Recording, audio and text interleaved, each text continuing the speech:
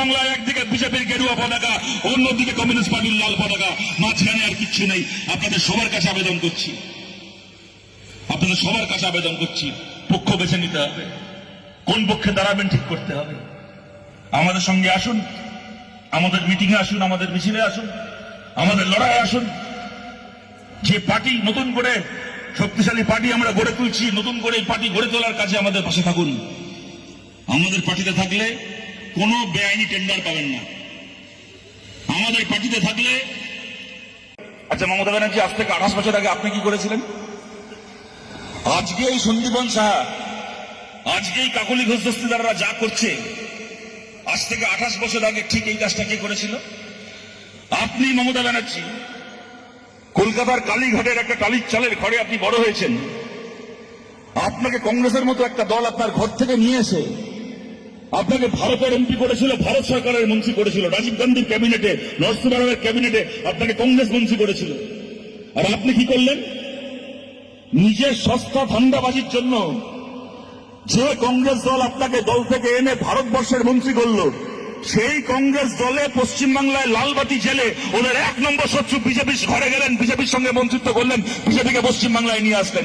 ঠিক এই কাজ, আজ যে কাজ আপনাদের সবার কাছে বলছি, আমরা মমতা ব্যানার্জির মতো ওই রাজনীতি করব না যে মুসলমান এলাকায় এসে বলবো সমস্ত মুসলমান আমাকে ভোট দেবে, মুসলিম ভোট ভাগ হলে বিজেপি জিতে যাবে। ওই রাজনীতির পরিণাম আজকে পশ্চিমবাংলায় বিজেপির সরকার। আমরা ওই রাজনীতি করব না। আমরা বলছি, বসিরহাটের মুসলমান, বসিরহাটের হিন্দু, বসিরহাটের তপশিলি জাতি উপজাতির মানুষ, বসিরহাটের খেটে খাওয়া মানুষ, কৃষক, কারখানার শ্রমিক থেকে শুরু করে ছোট দোকানদার, ব্যবসাদার, সরকারি কর্মচারী, মধ্যবিত্ত যারা আছেন, যারা চুরি করে খান না, যারা গোবর খাটিয়ে খান, হিন্দু মুসলমান নির্বিশেষে সেই সমস্ত মানুষ আপনারা এক হয়ে ভোট দিন এবং খেটে খাওয়া মানুষের ভোটে এখান থেকে যেন খেটে খাওয়া বসিরহাটের লড়াই আগামী বাংলাকে যেরকম ফলতার ভোট, ফলতার বাই ইলেকশন বাংলাকে যে বার্তা দিয়েছে, ফলতার বাই ইলেকশন আমাদেরকে তৃতীয় থেকে দ্বিতীয় করেছে, বসিরহাটের বাই ইলেকশন বাংলাকে বার্তা দেবে আমরা দ্বিতীয় থেকে প্রথম। শতরূপ ঘোষকে অসংখ্য ধন্যবাদ আমাদের এই সবার পক্ষ থেকে। আমাদের যাবো না, হাসপুর পতাকা কাটতে যাবো না, কিন্তু হতে পারে যা ঘটে গেল কদিন আগে পশ্চিমবাংলায় আর আজকে দিল্লিতে, হতে পারে এরপরে মমতা ব্যানার্জি আর অভিষেক ব্যানার্জি তৃণমূলের পতাকা নিয়ে রাস্তায় বেরোলে ইলেকশন কমিশন গিয়ে ওনাদের হাত থেকে তৃণমূলের পতাকাটাকে নিয়ে বলবে, মমতা ব্যানার্জি আপনার আর এই ঘাসফুল চিহ্ন দেওয়া পতাকা ধরার অধিকার নেই, আপনার পতাকা এখন অন্য লোকের সম্পত্তি হয়ে গেছে, আপনার পার্টি এখন অন্য লোকের সম্পত্তি হয়ে গেছে। পাপ কারো বাপকে ছাড়ে না, মমতার বাপকেও ছাড়েনি এই পাপ। যে রাজনীতি করেছে এত বছর, সেই রাজনীতি প্রত্যেকটা অন্যায়, প্রত্যেকটা অপরাধ ফেরত যাচ্ছে আজকে গোটা বাংলা জুড়ে। দেখুন, আজকে সরকার পাল্টে গেছে, তৃণমূল কংগ্রেসের চোরদেরকে নিয়ে ঘন্টার পর ঘন্টা এখানে বলে যাওয়া যায়। ওদেরকে নিয়ে বলে কি করবো? বরং মরা মানুষকে গালাগাল দিয়ে কি লাভ? সে বাঁচবেও না, শুনতেও পাবে না গালাগাল। তৃণমূল কংগ্রেস গোটা দলটার মামাটি মানুষ বলতে তো গোটা দলটার মামাটি মানুষ হয়ে গেছে। ও দলটা নেই, দলটা উঠে গেছে, আপনারা সবাই বুঝতে পারছেন। কিন্তু আমাদের লড়াই তৃণমূল কংগ্রেসের কতগুলো চোর নেতার বিরুদ্ধে ছিল, তৃণমূল কংগ্রেসের কতগুলো খুনি দালালের বিরুদ্ধে ছিল। তৃণমূল কংগ্রেসকে ভোট দেওয়া কোনো সাধারণ মানুষ আমাদের শত্রু সেদিনও ছিলেন না, আজকেও নন। এরকম অনেক মানুষ আছেন এই বিভিন্ন এলাকায়। একদল মানুষ যেরকম তৃণমূল কংগ্রেসকে সমর্থন করে ভোট দিয়েছিলেন, একদল মানুষ নিজের ধান্দা বুঝিয়ে নেওয়ার জন্য, নিজের ধান্দা হাসিল করার জন্য ভোট দিয়েছিলেন, সেরকম আমরা জানি। এরকম লক্ষ লক্ষ মানুষ আছেন পশ্চিমবাংলায় যারা তৃণমূল কংগ্রেসকে ভোট দিয়েছিলেন তৃণমূলকে ভালোবেসে নয়। তারা তৃণমূলের চুরিকে সমর্থন করতেন না, তারা তৃণমূলের খুনের রাজনীতিকে সমর্থন করতেন না। শুধুমাত্র পশ্চিমবাংলার গত কয়েক বছরের রাজনীতি এমন হয়ে গেছিল যে বিজেপিকে যেন তেন প্রকারে আটকাতে হবে, তার জন্য সেই মানুষ তৃণমূলকে সমর্থন করতে বাধ্য হয়েছেন। সেই মানুষের কাছে এরকম অনেক মানুষ হয়তো আজকেও এখানে উপস্থিত আছেন। তাদেরকে আমরা বলছি, আপনারা যদি ভোট দিয়ে থাকেন তৃণমূলকে, এর আগের ভোটগুলোতে যদি তৃণমূলকে ভোট দিয়ে থাকেন, আপনাদের বিরুদ্ধে আমাদের কোনো রাগ নেই, কোনো ক্ষোভ নেই, আমাদের সঙ্গে আপনাদের কোনো শত্রুতা নেই। আমাদের লড়াই তৃণমূলের কতগুলো চোরচিটিংবাজ নেতার বিরুদ্ধে ছিল। তৃণমূলকে ভোট দেওয়া কোনো সাধারণ মানুষের সঙ্গে আমাদের লড়াই ছিল না। আপনাদের সবার কাছে আবেদন করছি, আইএসএফ কে ভোট দেবে না, কংগ্রেসকে ভোট দেবে না, ফরওয়ার্ড ব্লককে ভোট দেবে না, এরা সবাই বিজেপির দালাল। আমি মমতা ব্যানার্জি, আমি তৃণমূল কংগ্রেস, আমি একমাত্র বিজেপি বিরোধী। আমার দলের এমপি গুলোকে জেতাও, তাহলে আমরা বিজেপির বিরুদ্ধে লড়াই করবো পার্লামেন্টে গিয়ে। আজকে সিপিআইএম এর মোস্তাফিজুর রহমান নিজের জায়গায় দাঁড়িয়ে আছে, আইএসএফ এর নওশাদ সিদ্দিকী নিজের জায়গায় দাঁড়িয়ে আছে, আজকে কংগ্রেসের নেতারা নিজের জায়গায় দাঁড়িয়ে আছে।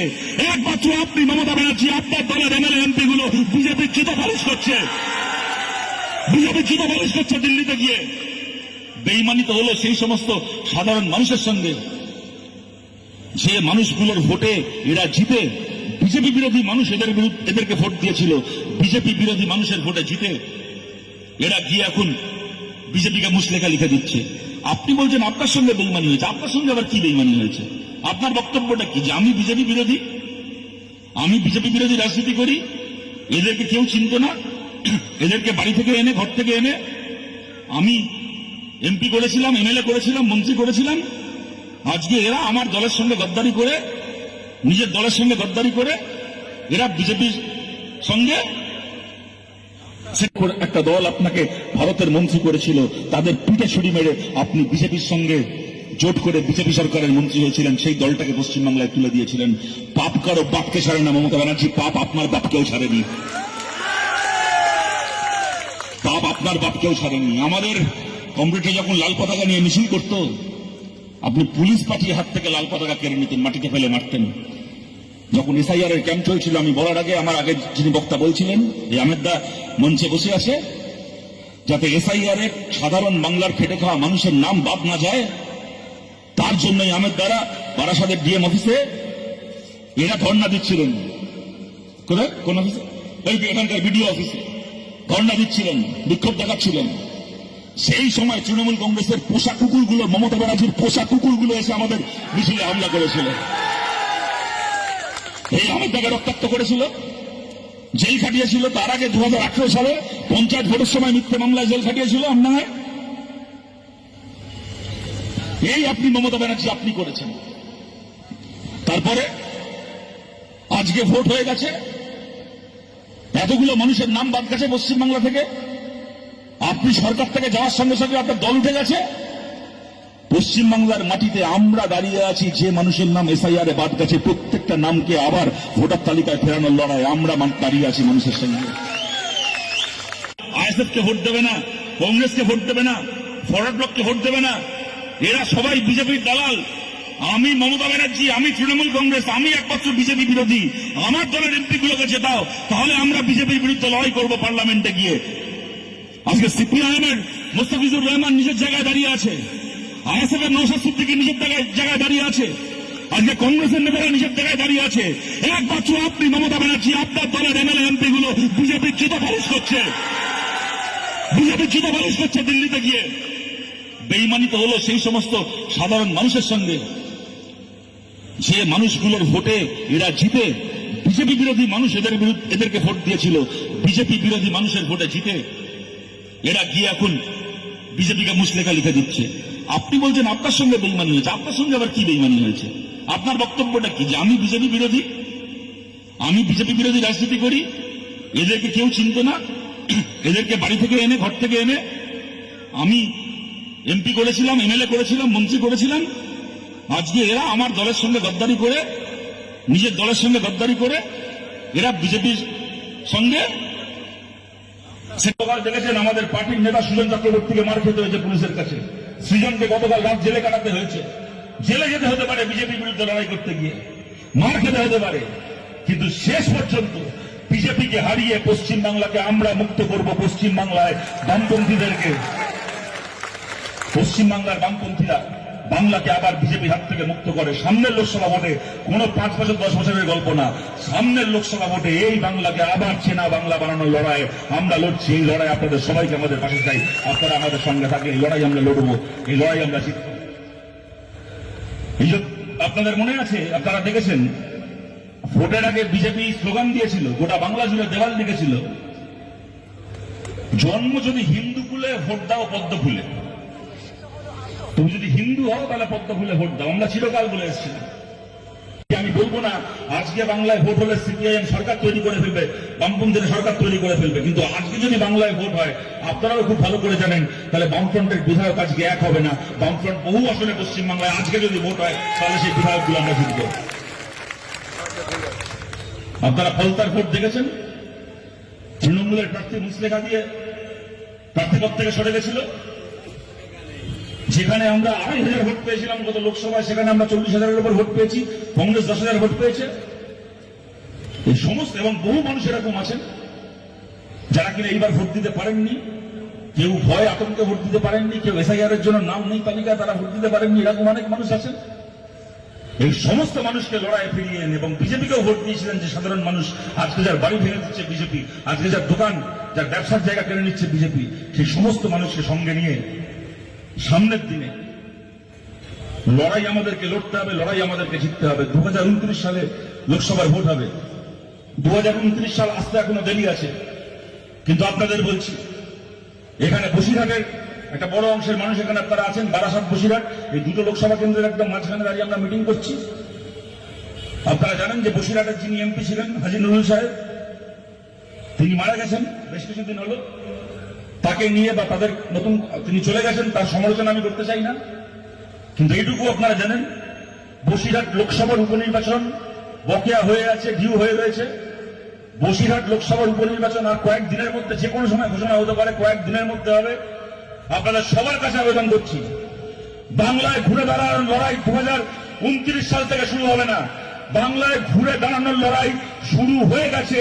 যেরকম বাংলার বিধানসভায় আজকে মোস্তাফিজুর রহমান আমাদের হয়ে কথা বলছে, সেরকম বসিরহাটের লোকসভার বাই ইলেকশন আমাদেরকে জিততে হবে। বসিরহাট থেকে আপনারা জিতিয়ে বসিরহাটের মানুষের কথা বলার জন্য 2029-এ নয়, এই 2026 সালে বসিরহাট থেকে জিতিয়ে আপনারা আমাদের এমপিকে পাঠাবেন পার্লামেন্টে, এবং সেই এমপি পার্লামেন্টে গিয়ে বলবে এখন আমি একা এসেছি। 2029 সালে আরো ঝাঁকে ঝাঁকে খেটে খাওয়া মানুষের এমপি পশ্চিমবাংলা থেকে এই লোকসভায় আসছে বিজেপি সরকারকে দাঁড়িয়ে, মোদীর সরকারকে দাঁড়িয়ে নতুন সরকার ভারতের বুকে তৈরি করার জন্য। এই মুহূর্তে বলছে আমার সঙ্গে জোটে আসুন, মানে কি নেত্রী চিন্তা করুন। আজ থেকে 20 বছর আগে বলতেন বামপন্থীদেরকে হারানোর জন্য বিজেপি আমার সঙ্গে জোটে আসুন। কখনো বিজেপি হারানোর জন্য সিপিএম ওনার সঙ্গে জোট করবে, কখনো আবার সিপিএম হারানোর জন্য বিজেপি ওনার সঙ্গে জোট করবে, আর উনি দুই জমানায় ক্ষীর খাবেন বসে বসে। খালি লজ্জা করে না মমতা ব্যানার্জি আপনার? বিজেপিকে আটকানোর জন্য আপনার সঙ্গে আমরা জোট করব?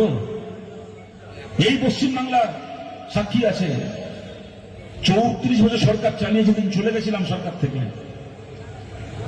আমাদের 10টা ভালো কাজ ছিল, 10টা হয়তো দোষ ত্রুটি ব্যর্থতাও ছিল, কিন্তু মাথা উঁচু করে বলতে পারি 34 বছর সরকার চালিয়ে পশ্চিমবাংলা থেকে চলে গেছিলাম। পশ্চিমবাংলাকে একটা বিজেপি মুক্ত রাজ্য রেখে আপনার হাতে তুলে দিয়ে গেছিলাম। বাংলা একটা বিজেপির পঞ্চায়েত মেম্বার পর্যন্ত ছিল না, এমন রাজ্য ছেড়ে দিয়ে গেছিলাম। আর সেই রাজ্য আপনি এমন ভাবে চালালেন, আজকে আপনি চলে গেলেন, আপনার গোটা পার্টি গঙ্গা